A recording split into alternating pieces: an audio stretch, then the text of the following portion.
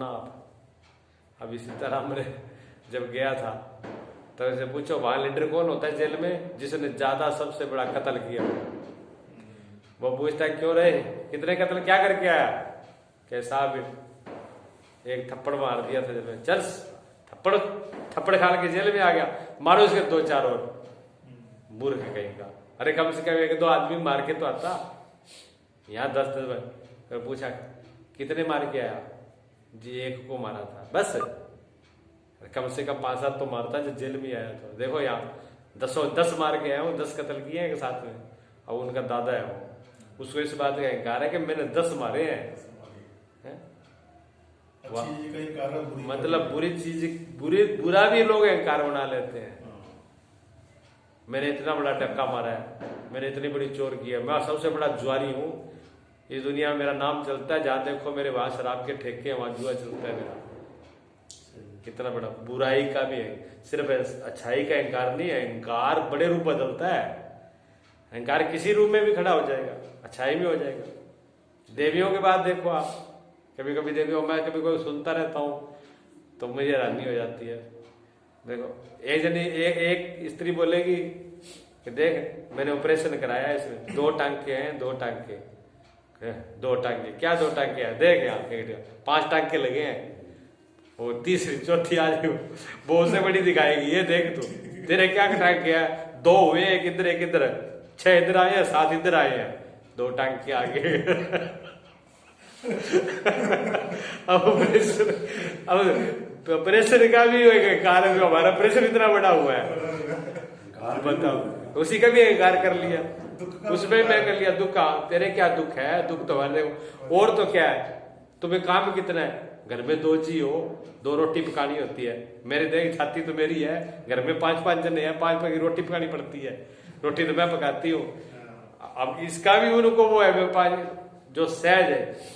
पहले के जमाने में 50-50 जीव एक साथ बैठते थे, रोटी बन जाती थी और कभी ये नहीं होता कब बनी।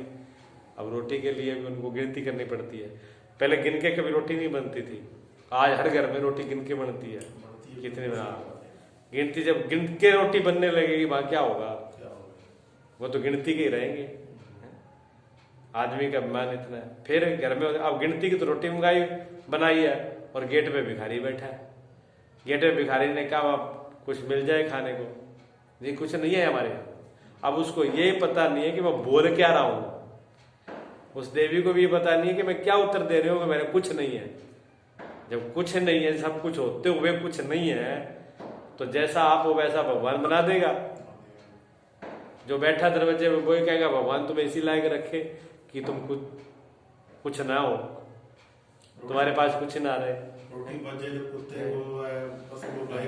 विचार जीव घर पे हो तो 2 जीवों को और भी उसमें उसका हक होता है, कमी आती नहीं है। अन्न में भंडार में पहले ऐसे ही बनाते थे, गिनती नहीं करते थे, जो जितना आटा और जितना सब्जी बनती उतनी थी, गिनती नहीं होती थी। और उसमें 2 भी खाते, 4 भी खाते और 5 भी खा जाते थे, और घर में कमी नहीं आती थी। सत्ता थी, भाव था, प्रेम था, मना नहीं होती थी कि हमारे घर में नहीं है, हमारे कुछ है ही नहीं।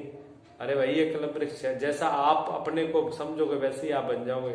अगर आपने भिखारी अपने को बना लिया तो आप भिखारी रहोगे, राजा कभी होगे ही नहीं। कभी राजा की तरह रहो तो सही, राजा की तरह जियो तो सही। हमारा प्रधानमंत्री कहता है कि सपना ही देखना, फिर छोटा क्यों देखो। सपना ही देखना हो तो कम से कम सपना तो मोटा देखो। एक आदमी भोजन पा रहा था तो वो आवाज आ रही जोर जोर सी की आवाज आ रही पड़ोस में।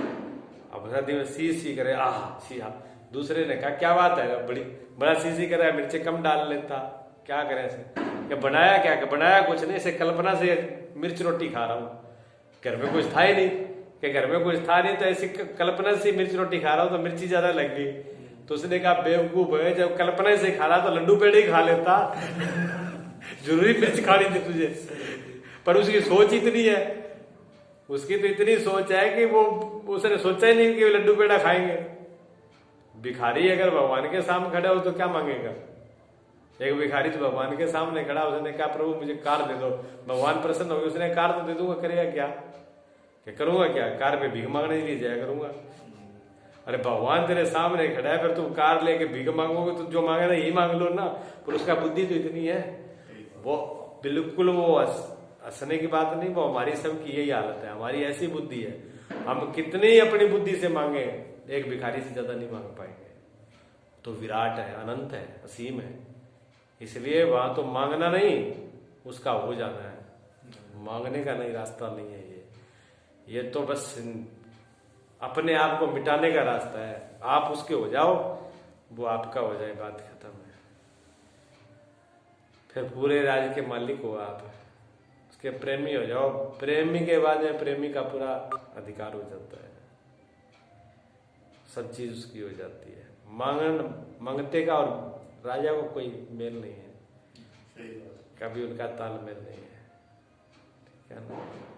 तो अहंकार जो बड़े बड़े रूप धारण कर लेता है, तो किसी रूप में बना लेते हैं। अब अपराध के भी ऐसे सेव अहंकार बना के खड़ा हो जाता है। छोटी मोटी चीजों को भी अपना, हारी को, बीमारी को भी अहंकार है। एक आदमी, हाँ, एक को एक दिन तेरे को तो बुखार ही हुआ है, यहाँ तो पता नहीं कितने रोग है, हम भी वो भी झेल रहे हैं। अब रोग का भी अभिमान है, शरीर का भी अभिमान है। तो एक आदमी पतला है, एक थोड़ा मोटा, तो उसको मोटेपने का अभिमान है, ठीक है।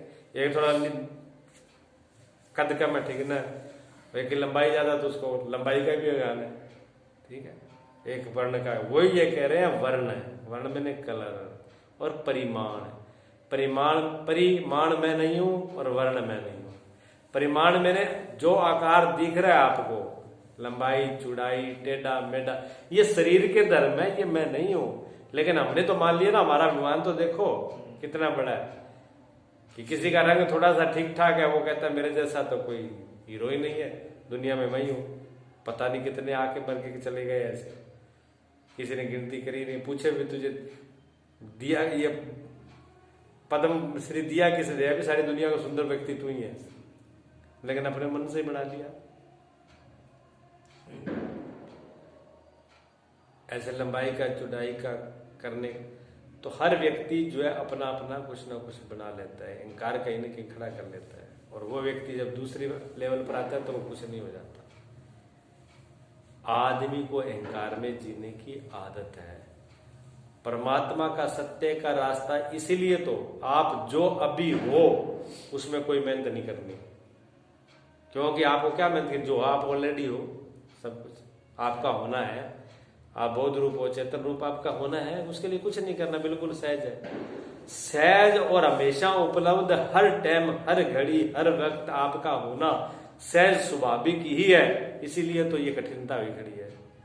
अगर ये अहंकार का रास्ता होता कि इतनी तप से, इतनी कठिन से, इतनी ये करके लोग एवरेस्ट की चोटी पे देखो, पहले कोई हिलेरी एक बार पहली बार चढ़ा था तो दुनिया में, अखबारों में, टीवी में नाम था, और बाद में कितने लोग चढ़ गए? कुछ नहीं। अहंकार पे चढ़, कठिनता में जानेगा आदमी को अहंकार मजबूत होता है, अहंकार को खुराक मिलती है, इसलिए करने के लिए तैयार हो जाता है। सहज और सरल काम करने के लिए अहंकार को रस नहीं आता। इसको क्या करना, ये तो सारी दुनिया कर रही है। अब एवरेस्ट चोटी पे सभी लोग चढ़ गए, अब कोई नाम नहीं लेता। सैकड़ों लोग चढ़ गए तब कोई नहीं कहता, क्यों? अब कोई झंडा नहीं है, कोई टीवी नहीं है, कोई अखबार नहीं, कोई वाह नहीं, अब क्या फायदा? अब अहंकार का पोषण नहीं, खुराक नहीं मिलेगी। जब अहंकार को खुराक नहीं मिलेगी तो क्या फायदा? हाँ, तो अहंकार जो है ये बड़ा खतरनाक है। अहंकार, हम लोग अहंकार के अंदर ही बंध जाते हैं। और कैसे हो जाते हैं? जैसा हम अपने को मानते हैं। जैसा हम अपने को मानते हैं, दुनिया ने जैसा बताया, जैसा मानने लगा वैसा ही होने लगता है। एक ही बात को हिटलर कहता था कि एक झूठ को अगर 100 बार दोहरा दिया जाए तो वो झूठ भी सत्य हो जाता है। एक झूठ है और 100 आदमी ने बोला कि ये नहीं ये तो सही है, पहले एक ने बोला, 2 ने बोला, 4 ने बोला, और 100 ने बोल दिया, तो फिर आप निर्णय नहीं कर पाओगे। फिर वो झूठ सत्य है कि 100 आदमी गलत थोड़ी हो सकते हैं। यही तो हो रहा है कि वहां भीड़, हजारों की भीड़ है, एक आदमी गलत होगा, हजारों थोड़ी गलत होंगे। भीड़ हजारों की है। लेकिन वो सूरदास जी कहते थे ना कि कुत्ते भागे जा रहे थे स्पीडो स्पीड, एक के पीछे एक कुत्ता, एक के पीछे एक कुत्ता, एक के पीछे कुत्ता। एक कुत्ते ने पूछा कि भाई साहब आज निमंत्रण कहाँ है? कि पता नहीं, आगे नेताजी जा रहे हैं, उनको पता है। अगले से पूछा आज भी किसके यहाँ पर निमंत्रण है? कहते जी मुझे पता नहीं, आगे वाले को पता है। करते करते सबसे आगे वाला जो लीडर था उससे पूछा कि आज जा रहे निमंत्रण, कहाँ जा रहे हो? कहाँ क्या जाना? आगे बिजली वाले जा रहे हो, वो खंबा रोपेंगे, मुझे पेशाब करना है वहां। मैं तुझे के पीछे जा रहा हूँ। लोगों की हालत ऐसी है, देखने में तो साधारण सी मजाक की सी बात लग रही है, लेकिन ज्यादातर आदमी पूछता ही नहीं मुझे जा कहाँ रहा हूँ। लक्ष्य खुद का होश नहीं है ना, खुद को समझ नहीं है। बात खुद की अपने होश की समझ की है। लक्ष्य तब होना, लक्ष्य तो तब बने ना जब उसको होश हो। सम्मोहित व्यक्ति जैसे सम्मोहित हो जाता है ना, सम्मोहन कर देते हैं। सम्मोहित किए हुए व्यक्ति को कहो, आदमी अगर उसको बोल दो कि आप लेडीज हो, स्त्री हो, तो वो स्त्री तरह बोलेगा, स्त्री तरह ही चलेगा। और सम्मोहित व्यक्ति के हाथ में अगर आपने अंगारा रख दिया और आपने क्या की तो बिल्कुल बर्फ की डली है, आप आराम से वो बर्फ पर लेकर के अंगारे को हाथ में लेके खड़ा रहेगा, चलेगा नहीं, कैसे खड़ा रहेगा? ये सम्मोहित विद ऐसा करते हैं, सम्मोहन करने। अब वही आदमी, वही चमड़ी, वही हाथ है, देख लो, लेकिन जलती नहीं है। उसने मान लिया, उसने अंदर से मान लिया भी ये तो बर्फ है, जलाएगी थोड़ी। और उसे उल्टा भी होता है, बर्फ का टुकड़ा हाथ में रख करके और उसको बोल दिया जाए आपके हाथ में अंगारा रखा है, वो नीचे गिर देगा, और गिर नहीं देगा उसके हाथ में फाला भी है, छाला हो जाएगा तुरंत। लोग आपने देखा अग्नि पे चलते हैं, लोग खेल दिखाते हैं, कोई अग्नि पे चल रहा है, कोई कैसे चल रहा है, कोई कहां से चल रहा है, उनको अग्नि जलाती नहीं है। क्यों नहीं जलाती? वो सम्मोहित की ऐसी अवस्था में उनको किंचित मात्र भी नहीं कि जला देगी। थोड़ा सा भी अगर शक हुआ अंदर, थोड़ा सा 1% भी संदेह हुआ तो जल जाएगा, अगर संदेह नहीं हुआ तो नहीं जलेगा। आदमी सम्मोहित है, संसार के जो वातावरण है, संसार की जो हवा है उसमें बह रहा है, खुद का निर्णय नहीं है, बेहोशी में चल रहा है। ये क्या होता है? दृष्टा जो है, दृष्टा का मतलब अपना होश, जागरण, अपने आप में आ जाना, जो है वैसे के वैसे देखना। अब 3 चीजें हैं इसमें, 3 चीजों का विशेष रूप से देख लेना चाहिए। दृश्य, दर्शक और दृष्टा, 3 चीजों को समझ लो। 3 प्रकार के लोग हैं यहाँ पर, 3 प्रकार के देखने का ढंग है। एक तो दृश्य है, दृश्य कहते हैं देखने वालों को। बहुत सी चीजें तो ऐसी है जो दृश्य दिखाना चाहते हैं लोग। इस दुनिया में बहुत से मनुष्य ऐसे हैं जो अपने आप को दिखाना चाहते हैं, दृश्य बनना चाहते हैं कि लोग हमें देखें। ऐसा नाटक करेंगे, ऐसी बनावट बनाएंगे, अपने रूप को सजाएंगे, सजाएंगे। जैसे स्त्रियों को ज्यादातर दृश्य बनने का शौक होता है, अपने को सजाना, संवारना, ये करना, वो करना, लोग हमें देखें, उनकी ये मतलब दृश्य है। दृष्टा तो बहुत दूर है, अभी वो दर्शक ही नहीं है, दृश्य है। हमको लोग देखें, बस प्रदर्शन करने वाले। प्रदर्शनी जैसे कोई मेला लगाता है और लगाता है, प्रदर्शनी लगाते हैं ना, लोग आकर के देखें इसमें और पसंद करें।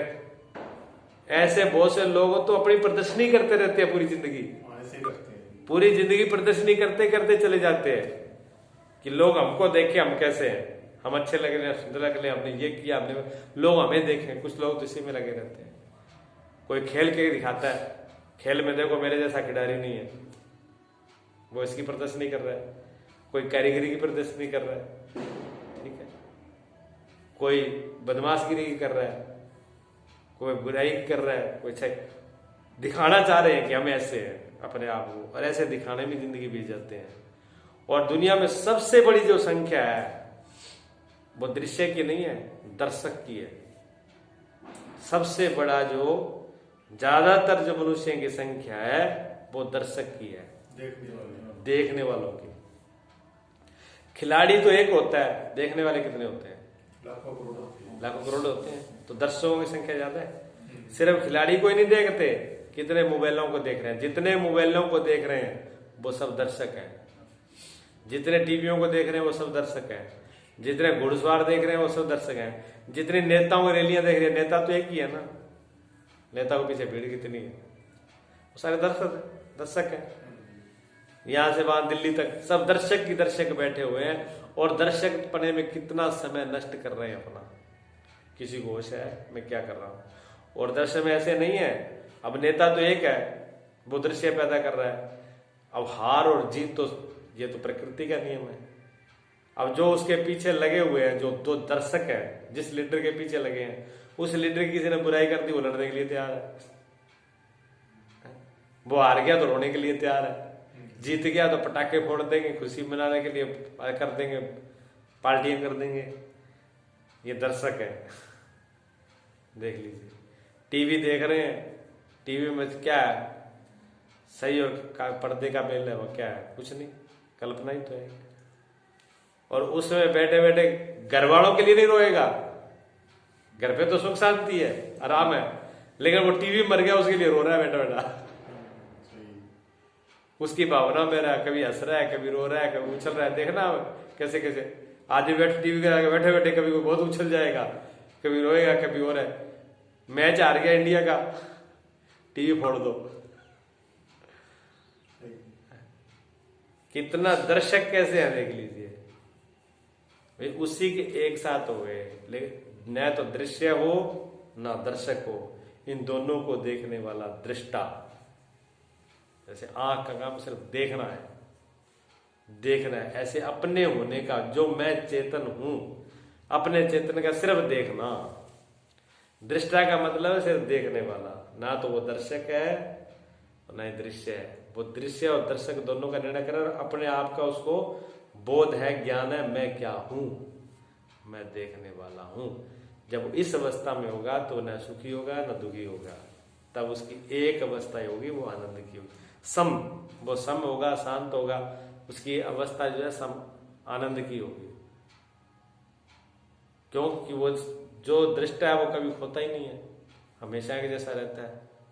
अब है तो भी ऐसा है, नींद में, गहरी में, बेहोशी में, अच्छाई में, बुराई में, घाटे में, लाभ में, ये रोएगा तो भी वो रहेगा, हंसेगा तो भी रहेगा, ये दृश्य बनेगा तो भी रहेगा, दर्शक बनेगा तब भी रहेगा। उसमें क्या फर्क पड़ता है?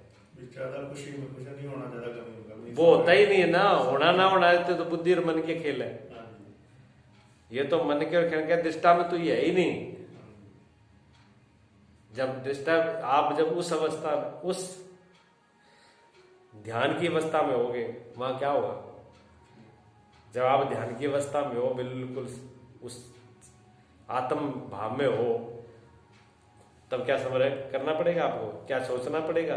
क्या ये निर्णय लेना पड़ेगा कि मैं सम हूं, मुझे सुखी दुखी नहीं होना चाहिए, मुझे ये करना है? उस अवस्था में तो है ही, जब उससे बाहर आते हैं तब होते हैं सुखी दुखी। फिर बुद्धि निर्णय करती है नहीं होना चाहिए, ये बुद्धि का संस्कार है। ये भी हाँ, तीनों गुणों से, तीनों गुण से परे है, उसमें कोई गुण नहीं है। वो तीनों गुण से परे है, उसमें कोई गुण नहीं है। और जो ये वृत्ति उठती है आम ब्रह्मति, मुझे ये ऐसा नहीं करना चाहिए, मैं आत्मा हूं, ये वृत्ति है, ये अंतःकरण बुद्धि अंतःकरण में उठती है। वृत्ति उठती है और चली जाती है। जैसे अभी वृत्ति समझ रही है, कर रही है, बुद्धि बगैर नहीं होगा, वो संस्कार उसमें रह जाएगा, बुद्धि में संस्कार बुद्धि में रहेगा, वृत्ति भी चली जाती है।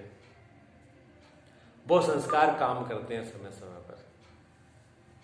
संस्कार काम करना करते करते जब बोध की अवस्था रह जाए, जो है वो रह जाए, उसमें फर्क ना पड़े। वो तो एक रस हमेशा है, उसमें किसी का कोई लेना देना नहीं है। उसको हम ये नहीं कहते कि हम करना पड़ेगा, सोचना पड़ेगा कि मैं तो सम हूं, मैं आनंद रूप हूं। जैसे किसी का कोई रोल करता हो, जो व्यक्ति राम का रोल कर रहा है, उसको सोचना पड़ेगा कि राम जी कैसे थे रोल में, कि राम जी ने क्या बोला था, राम जी कैसे थे, कैसे चलते थे, कैसे बोलते थे, कैसी उनके देखने का ढंग था। ये याद उस व्यक्ति को रखना पड़ेगा जो नाटक कर रहा है राम का जो रोल कर रहा है। क्या राम को भी रखना पड़ेगा? राम तो है अपने स्वरूप में, वो तो सहज है, उनका तो नहीं है। इसी प्रकार समता हमको रखनी पड़ेगी, तो हम रोल अभी उसमें कर रहे रोल कर। हाँ, और जब असली स्वभाव में आ जाएंगे तो रहेगा, लेकिन जब तक असली नहीं आए तो एक बार रोल भी करना भी बुरा नहीं है। असली जब तक नहीं आए तो नकली का रोल करना भी बुरा नहीं है। आपने देखा असली नाम राम नहीं हो तो नकली राम की भी लोग जैसे कार्य करते हैं, मलाई बनाते हैं, आरती करते हैं, कुछ टाइम के लिए उसको भी लगता है कि हाँ मैं ठीक हूँ, जितनी देर उतरे। जब एक बुरी चीज को देख के, बुरे चरित्र को देख करके, बुरी आदमी को देख के भावनाओं में फर्क पड़ता है, मन पे फर्क पड़ता है, बुद्धि में फर्क पड़ता है, तो अच्छी को देख के क्यों नहीं पड़ेगा? फिर अच्छाई में बुराई क्या है? अच्छा देखने में बुरा क्या है? अच्छा चित्र देखने में बुरा क्या है? सोचिए आप। कोई कहते हैं मूर्ति नहीं देखना चाहिए, मूर्ति पूजा नहीं करना चाहिए, अच्छा को नहीं। अगर ऐसा भी ना हो तो जब बुरे वाले का असर पड़ता है तो अच्छे वाले का नहीं पड़ेगा? तो फिर बुराई क्या है? जब तक सही अचली नहीं आ जाए तब तक, जब तक मान लो राजा, अगर राजा गद्दी पर नहीं हो तो मंत्री अगर राज चलाए तो क्या बुराई है? फिर भी तो अच्छा ही है, चला तो रहे हो। कभी मंत्री पद भी आए, कभी राजा का भी गद्दी मिल जाएगी, मंत्री से राजा भी हो जाते हैं, तो ये तो नहीं। और इस मार्ग उसमें हो ना हो, लेकिन इस मार्ग में तो अनिवार्य रूप से हो जाते हैं। आदमी की सोच इतनी होनी चाहिए, आदमी ऐसा है, आदमी अपने आप को ये न समझे कि मैं कमजोर हूं, मेरे पास ये नहीं है। आदमी ने ये धारणा बना रखी है कि मुझे आत्म तल पे तो कमी नहीं है, शरीर के तल पे भी कमी नहीं है आदमी के पास। शरीर, इस शरीर की भी कितनी बड़ी कीमत है। आदमी हर वक्त ये कहता है मुझे क्या दिया, मुझे क्या दिया, मेरे पास क्या है, मैं तो ये हूँ, मैं तो भिखारी हूँ, मैं तो कंगाल हूँ, मैं तो मरना। आदमी ऐसी धारणा में बार बार जीता रहेगा, कैसे मान होगा? एक आदमी मरने जा रहा था, कुएं में गिरने वाला था, मैं फकीर बैठा था, रुक रुक क्या बात है, क्यों मर रहा है?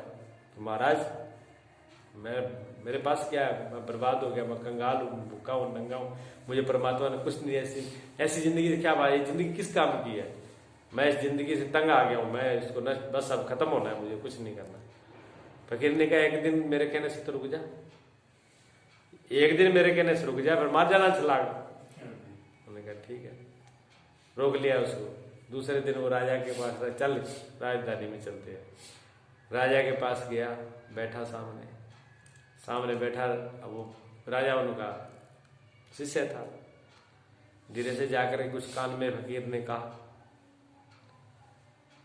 राजा ने कहा ठीक है मैं राजी हूं, 1 लाख रुपए दे दूंगा। वहां से उठकर के आके उस आदमी से कहा कि सुन, राजा क्या कह रहा है कि वो 1 लाख रुपए किस बात के? कि राजा कह रहा है तुम्हारी एक आंख लेगा, आपके एक आंख के 1 लाख रुपए देगा। बोल मंजूर है? क्यों ऐसे कैसे हो? 1 लाख में